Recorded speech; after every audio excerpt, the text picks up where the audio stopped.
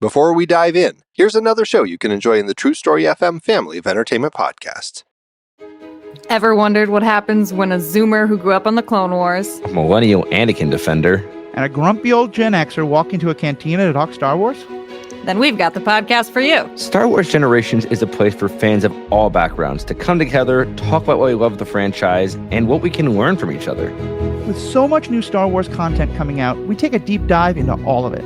We talk stories and characters, what we learn about the Force and the Empire, Republics old and new, and how each story adds to the larger picture. Besides episode-by-episode coverage of the new shows, we've been going back to watch the movies in release order. We talk about Star Wars novels and video games, along with fan content and cosplay. And with each episode, we're just starting the conversation, and we hope you jump in. We'll read your feedback, answer your questions. We've even had full episodes dedicated to questions raised by listeners like you. You can find us under Star Wars Generations on your favorite podcast app, or by going to theethicalpanda.com. May the Force be with you.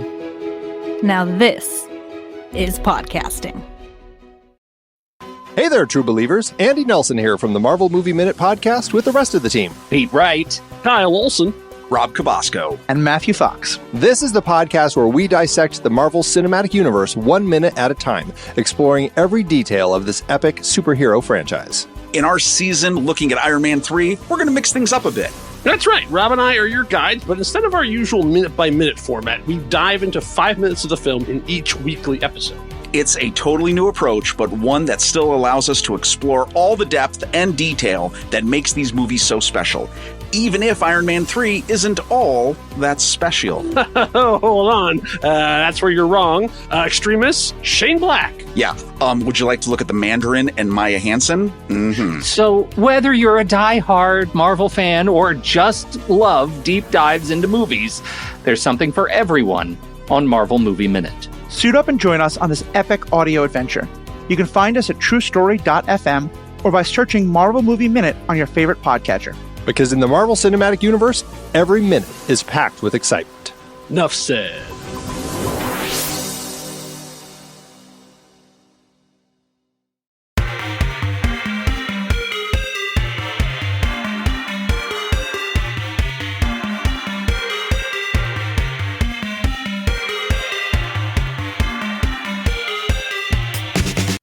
Hello, and welcome to the most excellent 80s movies podcast. It's the podcast where a filmmaker and a comedian Tai Chi their way through the 80s movies we think we love or might have missed. With these are modernized to see how they hold up today.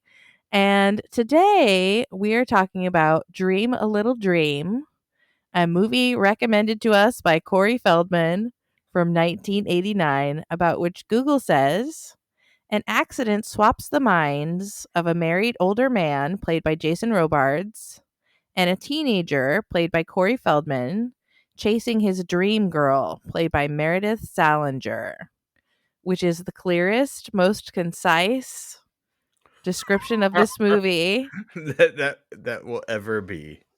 That there will ever be. Okay, here comes the trailer. Here it comes.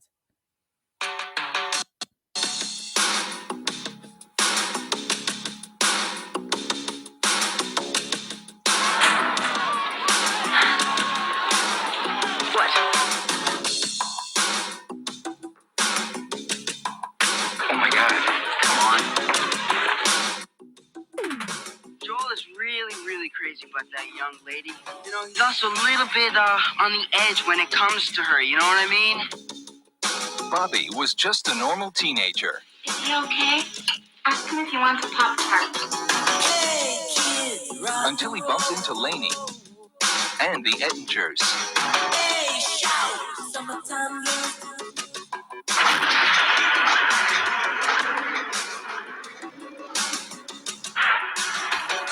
This wasn't supposed to happen. Oh my God. From him. Now, Bobby has 3 days to find himself. Oh, that's rude, mister. To pass high school. I just thought SAT meant Saturday afternoon test. And steal his best friend's girl. Well, maybe you're not her type. I'm every girl's type. Or his future is history. Thank you for a frightening, confusing, strange, and dangerous time. What more could a girl ask for? Jason Robards, Corey Feldman, Piper Laurie, Meredith Salinger, Harry Dean Stanton, Corey Haim. You were expecting maybe Freddy Krueger. Dream a little dream.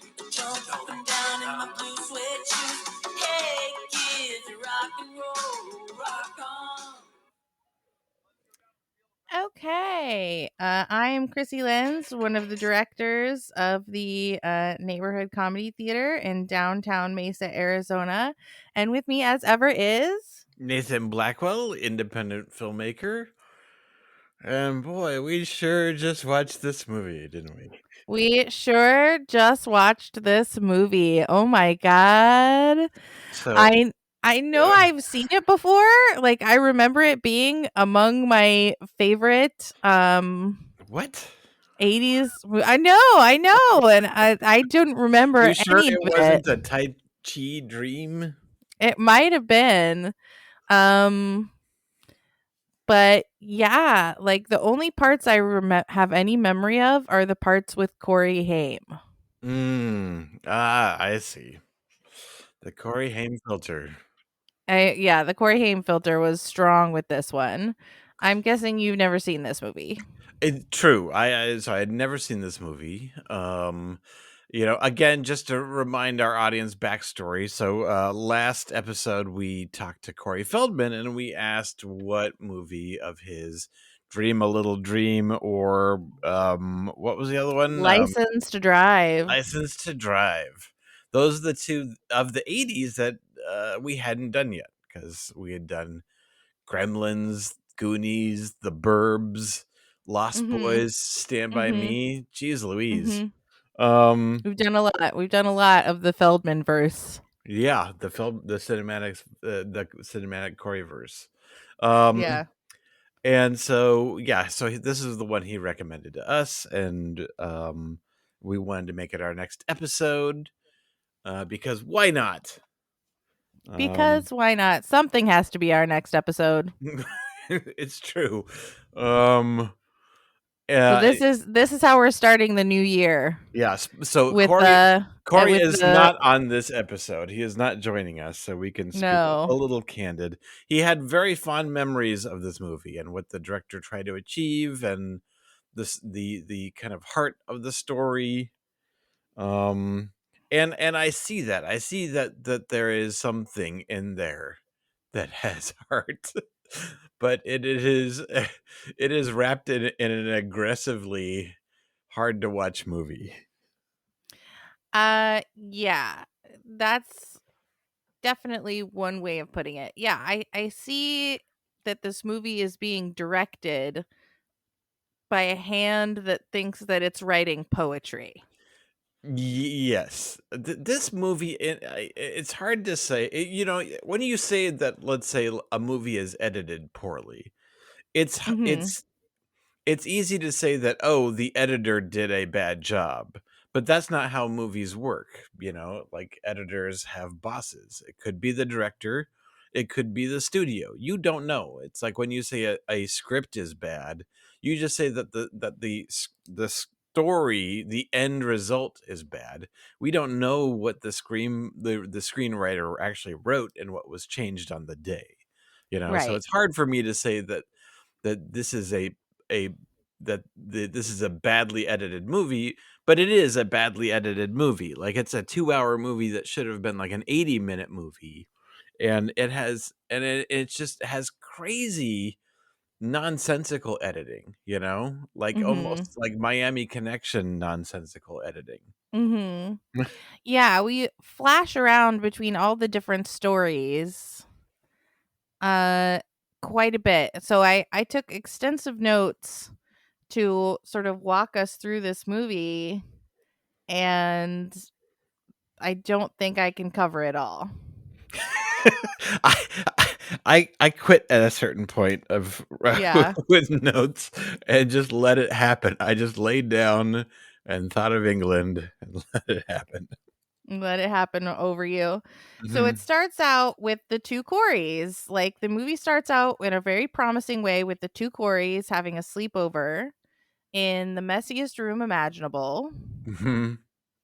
Bobby, who is Corey Feldman, is declaring his love for Lainey, who is the girlfriend of their friend Psycho Joel. Yeah, they've befriended a psycho, I guess. Yeah, and they all know, it's just common knowledge that he's a psycho. They all know it. And he's like, well, that's Psycho Joel's girlfriend.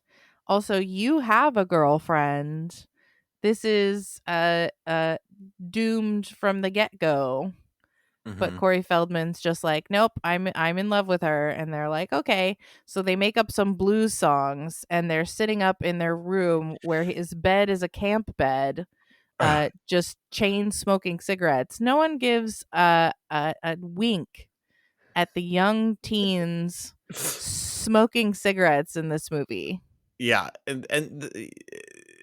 so to understand this movie better is to understand like, okay, so is the making of it. Both Corys were kind of coked out of their minds at this point in their lives, and it shows. And also, Corey Haim's character originally wasn't in the script. And so Right. he is kind of inserted into the movie. He doesn't really have anything too significant to do. And No, so and he's his just kind of character's hanging name out. is Dinger. Yeah. And he also broke his leg right before shooting, and so that whole thing of his broken leg thing is real, Yeah. running around with a not a crutch, staff. A cane. Yes, a cane. That's it. So we get a dream sequence where Jason Robards is singing and dancing, which Mhm. ends up being Bobby's dream. Which seems, it's easy to lay blame on the Coreys for being popular, perhaps out of control kids, given a lot of lane to run and do and to improv their own stuff, But I feel like Jason Robards does the same thing. Like, I feel like he is just kind of and I'm sure it's all scripted, or most of it is, but it feels like it's just a lot of the main characters just have these these indulgent sort of like time filling scenes where they're just doing things that don't have much to do with the movie. Right. It's like, especially at the beginning, it's like there's two different movies happening, because we get a whole montage of the Coreys getting dressed, and they're cutting holes in their clothes, and they're using so much mousse that it's disgusting. I wrote down this is a childless 50-year-old man's idea of what kids do and what is cool. Yeah, exactly. And then we get a movie with Harry Dean Stanton, Jason Robards, and Piper Laurie, where they're just all three old people having a leisurely lunch, doing Tai Chi and yelling at the kids to get off their lawn. Mm-hmm. Yeah. So, and then if you're under the assumption that it intercuts these things effortlessly, you're incorrect. It's like we're with a montage of the Coreys, getting ready as the credits roll and things like that. And then we just cut to Jason Robards and his wife and his friend, like doing Tai Chi and going out to dinner and all that stuff for like a good, like solid, like 7 minutes before we go back to the kids. So it just seems like, what is this movie? What is happening? My notes get really jumbled. It's like a beat poem. Tiny bed, kids in parking lot, montage romance, jazzercise, watching lady dance, Dumas, an even more sleazy teen. Yeah. So they have an enemy in the Joel, Bobby, Dinger, Laney verse. They have an enemy who is a kid named Dumas, who for some reason wants to kick their asses. Okay, great. So the old couple goes on a date. They get home and they're a little drunk. and Jason Robards wants to do what he calls the experiment, which is where they do Tai Chi in the yard. And what I grasped is that his goal was to unite their souls in the dream world so that they could be together forever. Was that your understanding? That sounds great. Let's go with that. Okay. So Lainey is making out with Joel and she thinks he's taking it too far. Corey Feldman is just running for no reason that I could discern. Right. And they run. So they run. She bikes. They're doing Tai Chi. Crash. They land. And for some reason, they're both unconscious. Both the teens are unconscious. And the old people have disappeared. Yes. So they've given themselves to the Force. And their body, their spirits apparently find vessel in these two teens. Question mark? Question mark, exclamation point, because Jason Robards fully takes over Bobby. Right. In a Freaky Friday body swap. Yes, but But the entire rest of the movie is based on the fact that his wife, Gina, partially disappeared into the ether, and whatever piece of her got stuck in Lainey is not discernible to anyone. No. To anyone watching the movie, at least. Right.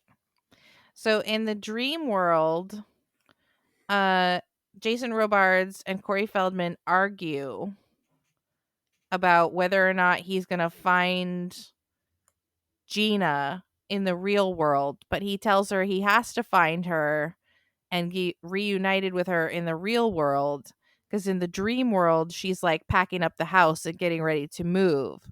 So it creates this sort of false sense of urgency that he's got 3 days to find her or she'll disappear forever. Right? Yeah, and it's so he gets these kind of like consultation sessions with Corey Feldman, Jason Robards, in his dreams where they talk. And Corey Feldman is kind of like the Morpheus. Like he knows what's going on and he's laying things out. So one assumes, okay, maybe it's not literally Corey Feldman's character, but it's kind of like the manifestation of the rules of this universe, you know?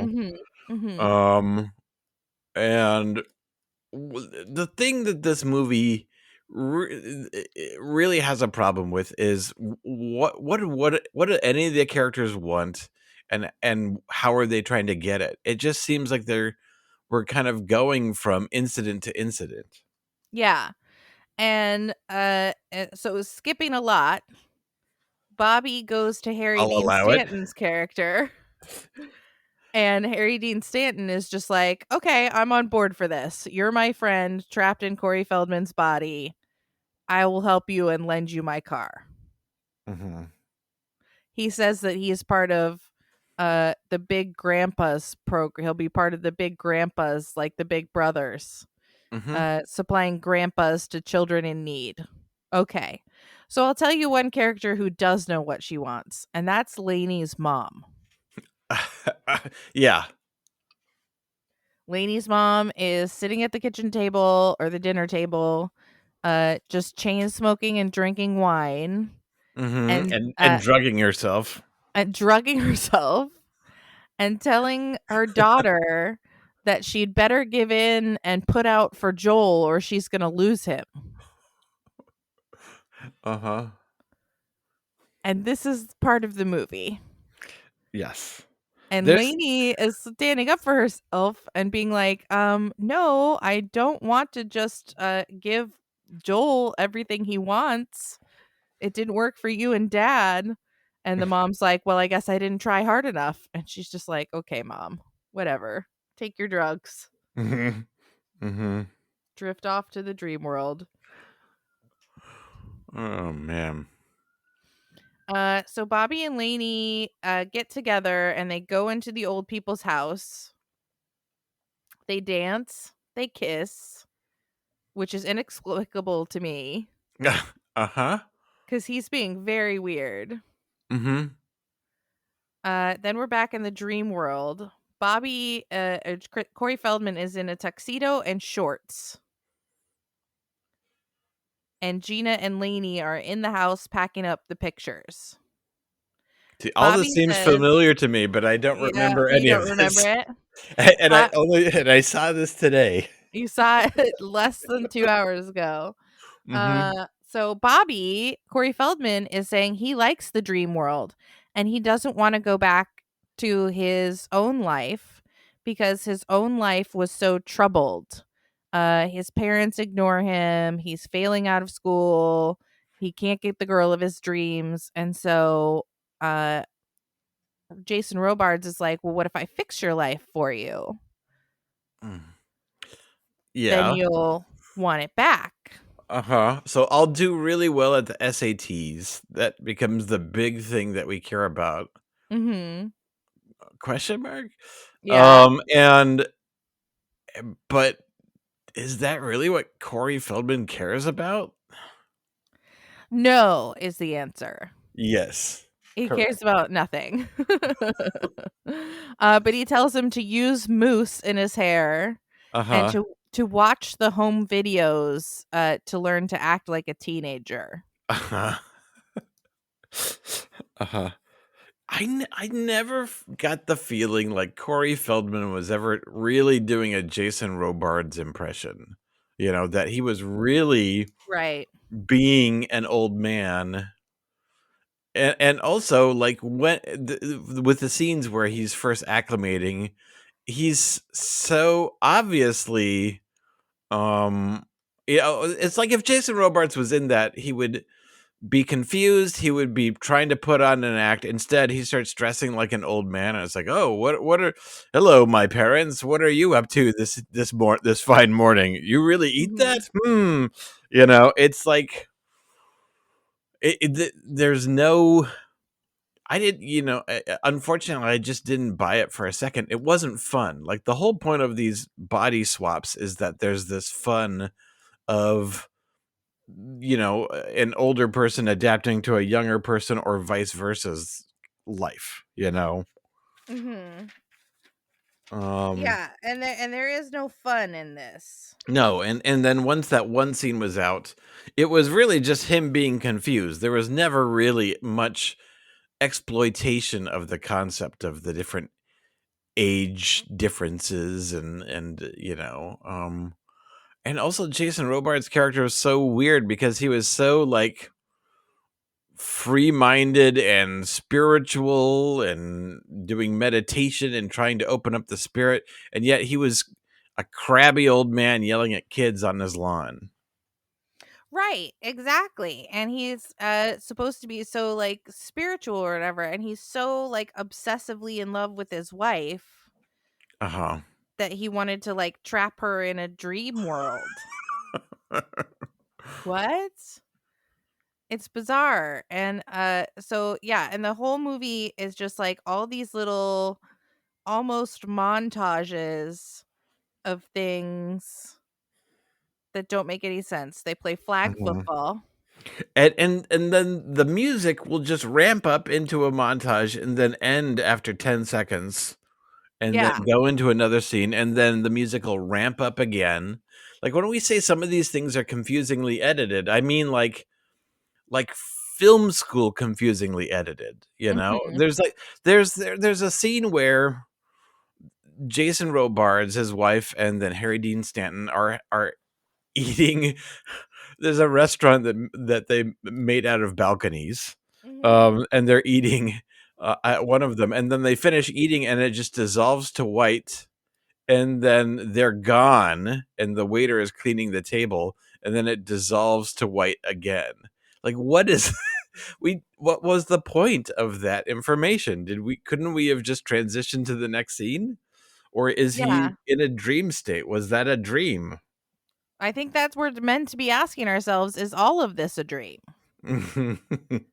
Because the next thing we get is a dance sequence. Yeah, from that scene, then we see a character we've never met before, and we see her dancing, but we're only seeing her dancing for a few seconds, and then we cut back to Jason Robards' storyline. But we do get a whole scene of Corey Feldman doing a Michael Jackson dance. Yes, it is a whole scene. Why? I think it's just so Corey Feldman could show off his Michael Jackson dancing. Yeah. But, it's a highlight of the movie. It is. It is a highlight honestly. of the movie. So Dumas is still out to get them. He beats up Bobby and destroys Harry Dean Stanton's car. No one gets mad about that, even though they should. He drops Lainey off. Joel comes over and yells at her. So we get all these scenes with Dinger and Bobby and Joel and Lainey and Bobby and Harry Dean Stanton. Okay, at this point I gave up on taking notes. I'm like, what's happening? Bobby's parents are really weird. There's this like running joke where they're both be standing in a room with Corey Feldman, and the mom will say to the dad, "Tell him this," and the dad will say to the mom, "Ask him that," as if as if neither one can talk to him directly.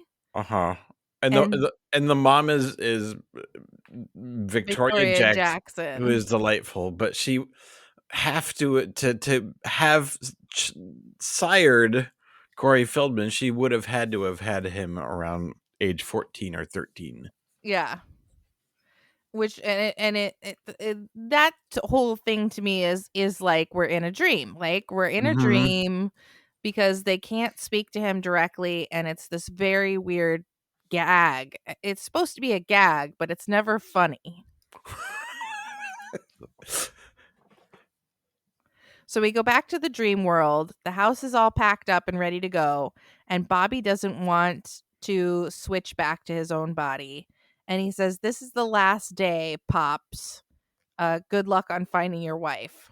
They do the SAT. We're supposed to understand that Bobby has done very well because he corrected some of the questions. Wait,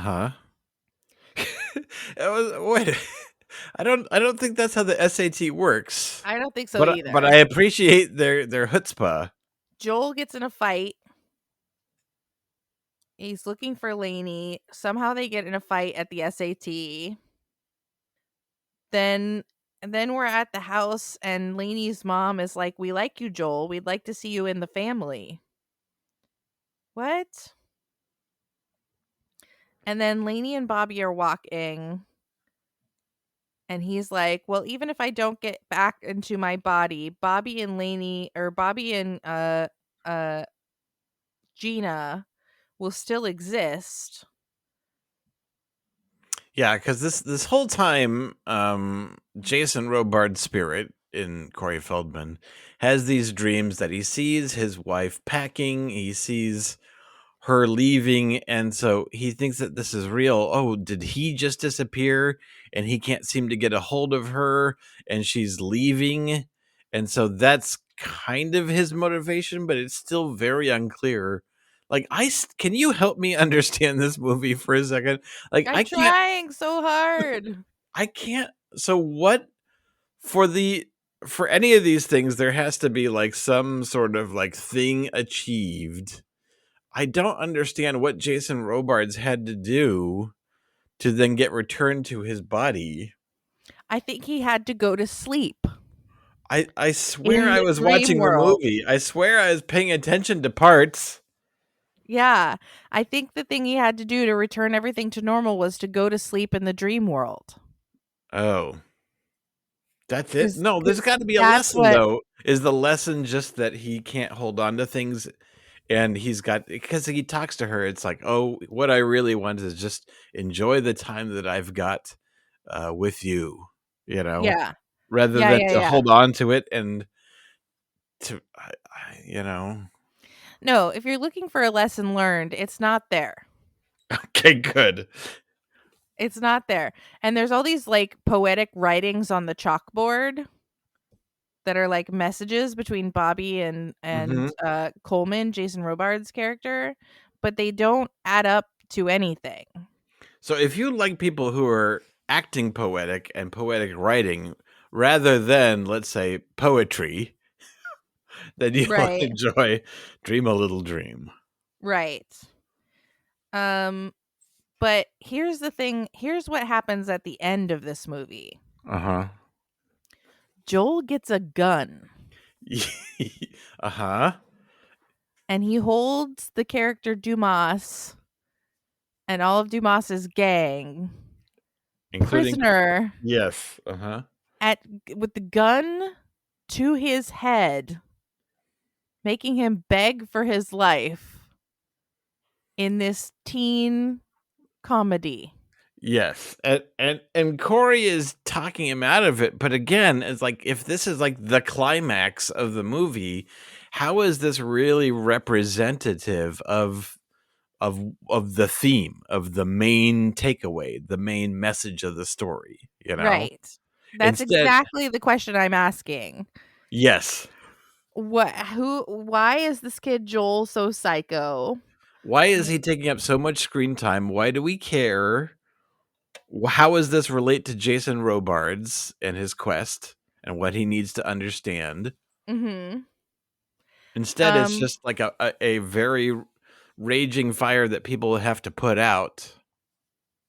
Just to take up space and time in this movie, and this movie is 2 hours long. Yeah. It could be an hour and a half if you just cut out all this stuff with Psycho Joel and his gun and his desire to beat Lainey and force her to have sex. Uh-huh. This movie's even shorter if you choose not to watch it. It's true. But there's even one more crazy thing. So Lainey is like saying who is Meredith Salinger, is saying to her parents, I don't want to be with Joel. I don't know if I want to be with Bobby, but I don't want to be with Joel. He hit me at the dance. I don't think that it's appropriate for you to try and force me to be with him. And so the mom gives her a drugged glass of wine. Mm-hmm. And then I thought it was the dad, but it's just her boyfriend, Ron. Yeah. He's totally in on it and said, "Oh, okay." And so it's like he goes to his girlfriend's daughter sitting there on the steps, and he's like, here, have a drink of this, so I can get out of here." Mm-hmm. And she's like 15, Yeah. and that's literally the line. Have a drink of this so I can get out of here. What does And that she's mean? like, I'm sorry I'm being so dramatic. And he's like, no problem. Drink this wine. Uh-huh. It's drugged with some kind of like sleeping pill. And she gets knocked out. And we're supposed to worry because he keeps telling her not to go to sleep or he's going to lose Gina forever. But she does go to sleep. He climbs the trellis. He breaks the window with his bare hands. He's like in her room trying to shake her awake, screaming at her, Gina, Lainey, Lainey. He's smearing blood all over her drugged up face. And then he wakes up in the morning and none of it has meant anything because everything is back to normal. Mm-hmm. It was all a dream. It was all a dream. Gina is back. She's making him tea. And she's like, you were having such a nice nap. I didn't want to wake you. Are you going to tell me about your dream? And he's like, no, I don't think I will. Okay. What? How did she get back? She was literally gone. Her body was gone. And she was in some kind of dream world. How did she get back? Why were the consequences? Why did nothing mean anything in this movie? It meant nothing that Lainey went to sleep. No one cared that her parents drugged her. It's the next day. Harry Dean Stanton and Jason Robards are like planting new flowers and they're just like, everything's normal? Yep, everything's normal. He's sitting in the garden with Gina, and the end of the movie is Bobby and Lainey walking by arm in arm. Apparently they're together now.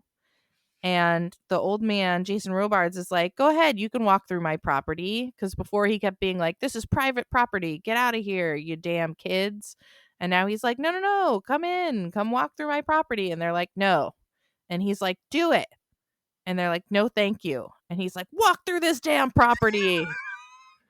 And they're like, no, we don't want to. We don't want anything to do with you anymore, old man. And that's it.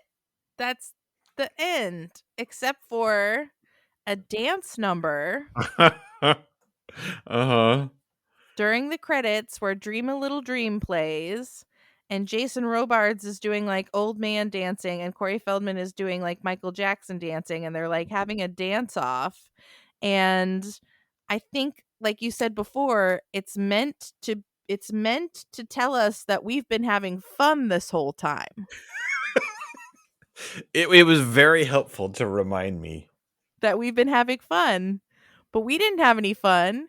Kids are getting drugged and nearly shot in this movie. What? So, who would you recommend this movie for? Who's the perfect audience or situation for Dream a Little Dream? People in the 80s who have had too many drugs. So they okay. Because you can just picture them sitting around the table. They probably had a nice script for a body swap movie. And then they were like, well, we're already adding Corey Feldman to it. Let's add a psycho kid with a gun. Because there's not enough drama. Right. Don't you think? I feel it's like there's a lot of like so bad it's good movies, and I wouldn't put it in that category. Like let's say like The Room or Troll 2, Right. which just has confusing logic, and so moment to moment it's funny. This is just confusing, Right. It's kind of like you watched the first 2-hour assembly of the movie before they got to refine any of it. They just put the scenes back to back just to look at everything. And then before they start removing and moving things around to make sense. And so it's just long and confusing, and there's a lot of stuff that doesn't need to be there, and a lot of stuff that just doesn't have enough emphasis, like it hasn't been refined. Right. Well, and like so Corey Haim was not supposed to be in this movie. It was just added to this movie. However, they marketed this movie as like, oh, finally the two Coreys together at last. It's a two Corey movie. It's both Coreys. Here they are. All the best parts of the movie are Corey Haim apparently ad-libbing. Because he wasn't in the script. Yeah. But the same is true for Harry Dean Stanton. What is he doing here? What are we doing here? He adds nothing. Mm-hmm. He's just a weird third wheel to their marriage. Yeah, it feels like in a lot of ways an improv script. Yeah. But without the fun, like we said. Where's the fun? And you think they're trying to have fun in the dream world where his house is all teepeed and Corey Feldman is like wearing these weird outfits. But Jason Robards is having no fun. So I guess to describe the elements of what this movie is like, it seems like they just gave everyone a long leash, but yet they were trying to make not a comedy, but like a poetic coming of age movie. Right. And so that's what they were going for, was poetry. Yes. The beauty of like, is your life a dream, or are you walking through life as if it's a dream? What if you got stuck in your dream and then you were an old man? That classic tale. But with either that the studio interfered with it, or the director said, no, this is what I want, and wasn't able to take criticism, but it's just very loosely put together. Yeah, it's very weird. But interesting. Like you said, it's no Troll 2 or The Room. That's true. But it is a very interesting movie to watch and say, what?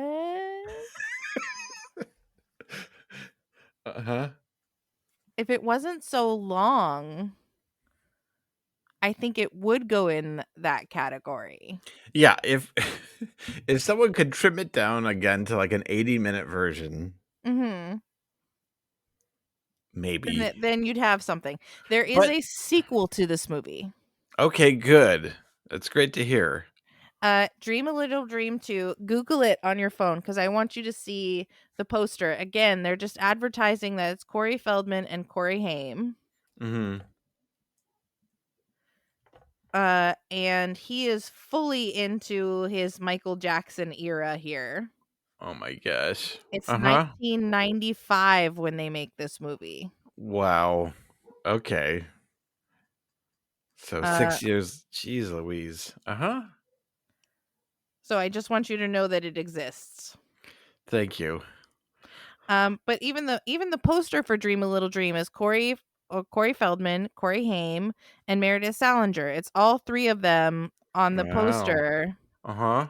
No matter what poster you look at, it's all three of them. So what is this movie without Corey Haim? I don't know. So Jason Robards didn't come back, huh? Nope. Jason Robards did not appear in Dream a Little Dream 2. His story was complete, and now they move on. Yeah, I don't know. Let me see if I can, let's see. The overview of Dream a Little Dream 2. 2 pairs of magic sunglasses cause problems for 2 pals, Corey Feldman and Corey Haim, from Cleveland living in Hollywood. Magical sunglasses? Uh-huh. Magical sunglasses. Okay. Yeah. Sounds like fun, right? That's all that was missing from this one was some magical sunglasses. Okay. So I feel like the premise of Dream a Little Dream 2 is under the assumption that you haven't or paid attention to what the first one is about. And it's just them teaming up with some sort of magical comedy. Mm-hmm. Yeah. That's fun.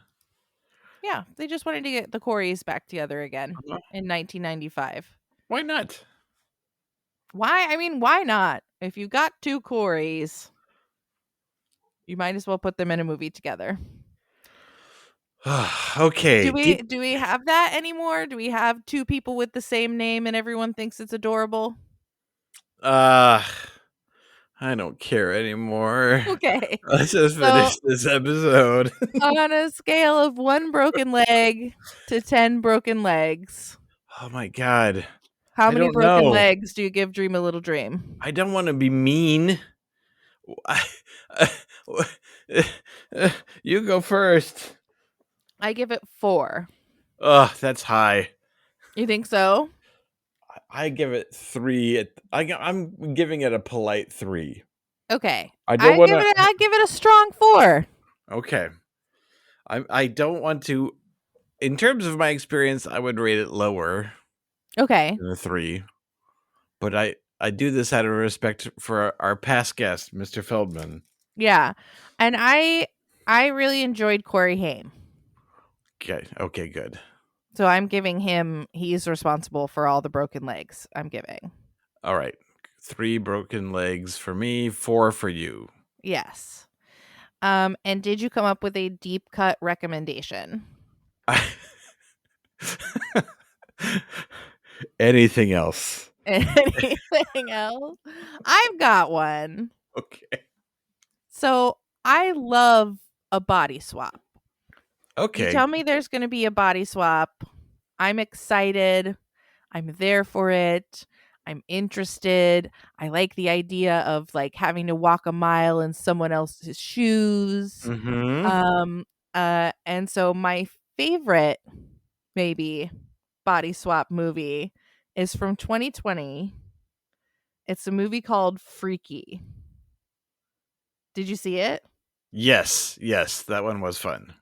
It was very fun. So what this movie lacked in fun, the movie Freaky has in abundance. It's Catherine Newton, Vince Vaughn, and they swap bodies. He is a hulking serial killer monster, and she's just a teen girl. Mm-hmm. So the joy of the movie is seeing Catherine Newton become a mindless killer while Vince Vaughn is playing a teen girl. Mm-hmm. one of my favorite body swap tropes, and I know that it's cliche, and I don't care. I enjoy it. Is an adult man pretending to be a teen girl. It just works for me. It worked for me in Freaky. It worked for me in Jumanji. With Jack Black. It just it tickles me in a way that I enjoy to be tickled. Nice. Yeah. I feel like the